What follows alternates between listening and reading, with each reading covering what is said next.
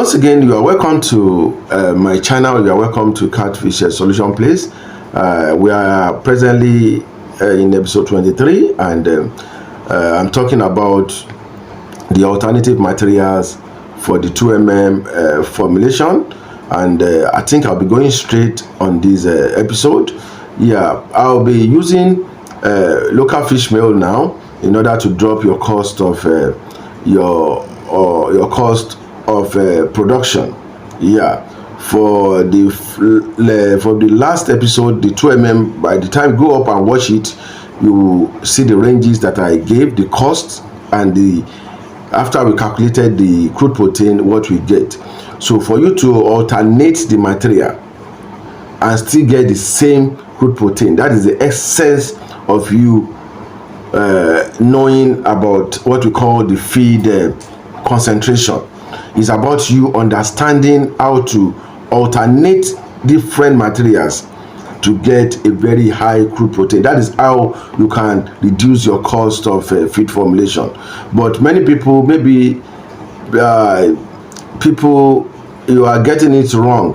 Maybe a lot of people, I know a lot of people are still getting it wrong doing this because they thought just using any kind of material, shaft material, without calculating a very good crude protein for your fishes, that is where you will have to reduce cost. And again, I do notice that a lot of farms that I visited, a lot of farmers that I talk to, the only thing they understand is if I want to produce locally made food, it must be cheap, and everything must just be a shaft, everything must be shipped, and they don't even know the essence of formulation feed material. I even bet you some of us will go to buy a very expensive extruder, which I think we don't need, or buy a sinking pelletizer, and we just be formulating nonsense. They will just be getting material from any source without testing, and all these are killing. And by the end of the day, they will start be blaming where they collect the fish from. I bet you, if you can achieve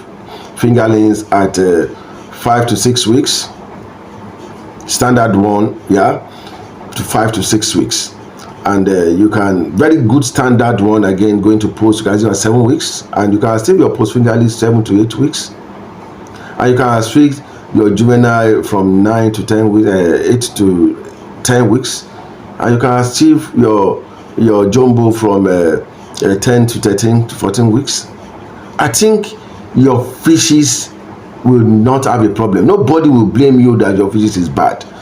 For you can achieve that, and you can sell it out to your customers, and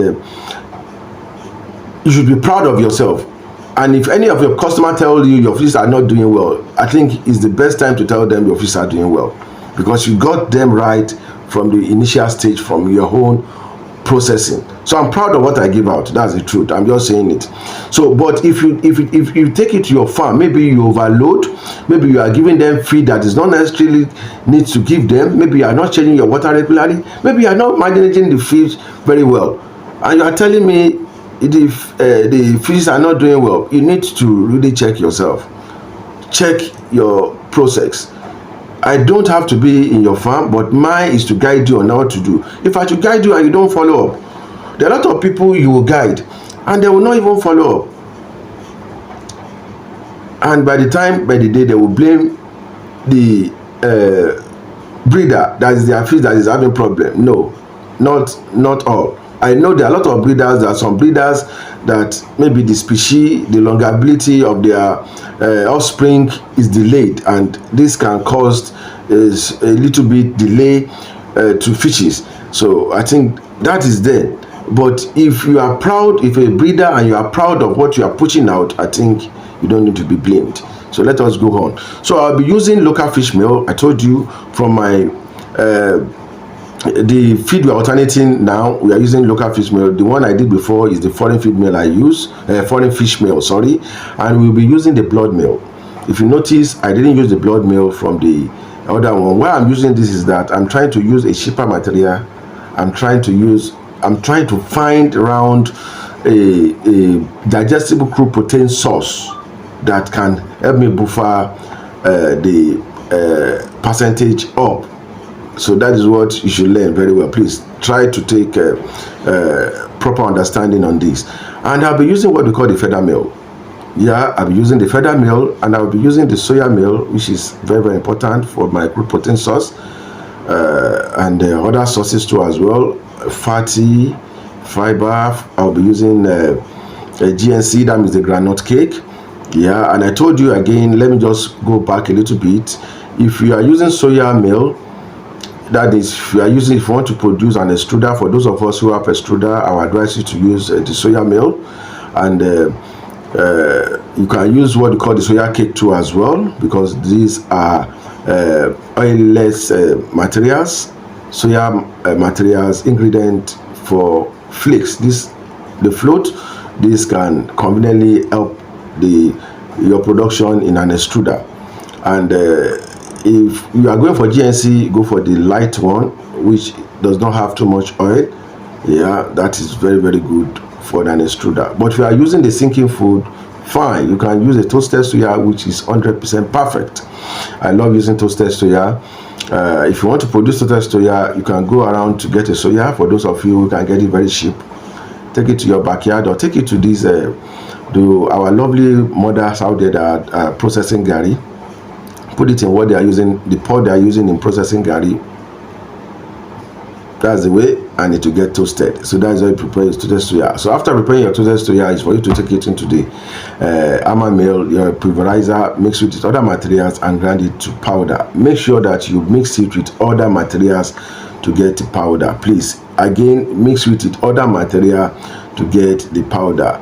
The only thing you can do that, those of us who have a very big mill, this can go through the heat so that it can reduce some of the bacteria. Maybe you can see the moisture can be reduced, or you can heat it up. You can parboil some of them. Some people, you don't cook them, they cook them before doing that, so that this can be taken care of.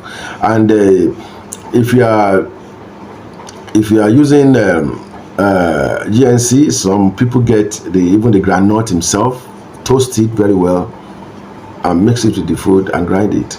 So it's very, very good too as well, if you can have that. So you don't need to disturb yourself. If you can get it cheap, yeah, you don't need to disturb yourself, because the cost of all these materials are getting highly frustrating. And again, I'll be using what we call the likes of the biscuit waste, the Indomie waste, but Indomie waste is very, very expensive for now. You can use the maize, you can use the wheat brown, you can use the rice brown, you can use your beauty waste, you can use your rice brown. We have the rice brown, we have the rice meal, you can use the sorghum, and we can use our plant. I told you we can use very lovely of duckweed, we can use the hazola, which are very, very good. In short, why I love those plants is that they are rich in many aspects.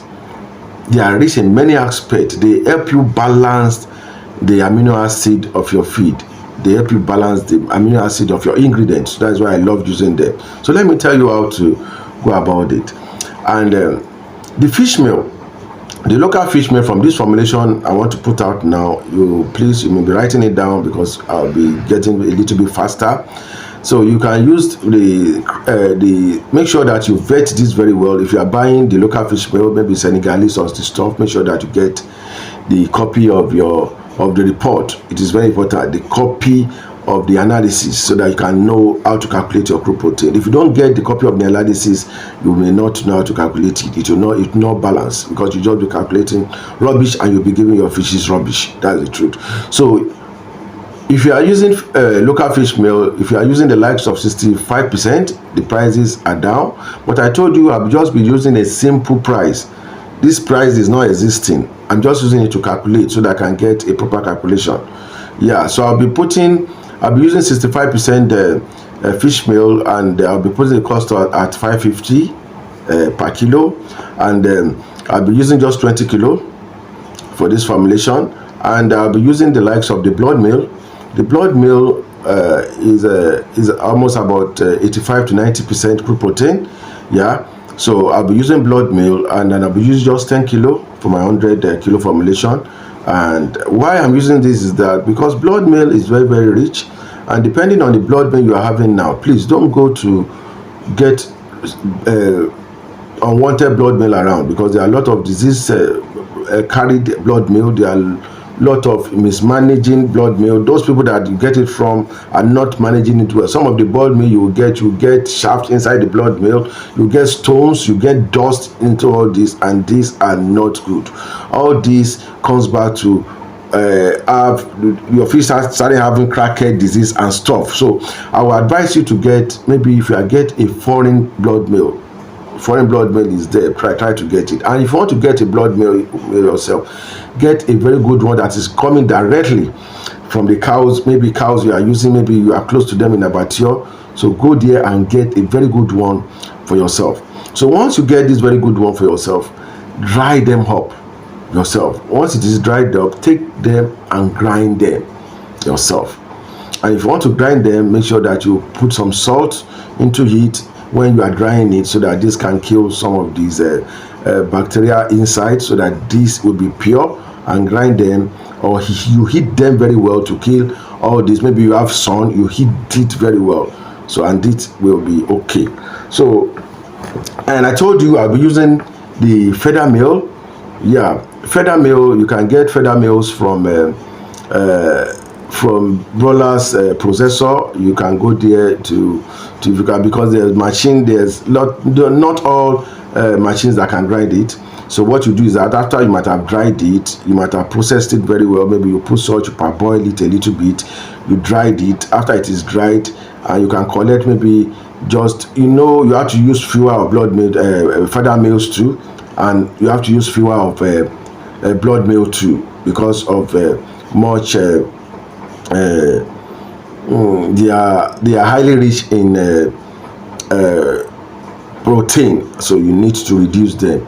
So because as they are highly rich in protein, this will affect your fishes. It will just make your fishes very soft. Their body will be very soft, their bone will be very, very soft, and this, like you have a butterish, those of us that are butters, so then this may really affect them. So what you now do is that you can, maybe 5 kilo, you can get 5 kilo, or you can get 3 kilo, 5 kilo into 100 kg, and you mix it with the machines and you do it. So I'll be using the likes of the feather meal too as well, and I'll be using feather meal, I'll be using to this formulation, because I'll be using additive to balance them up.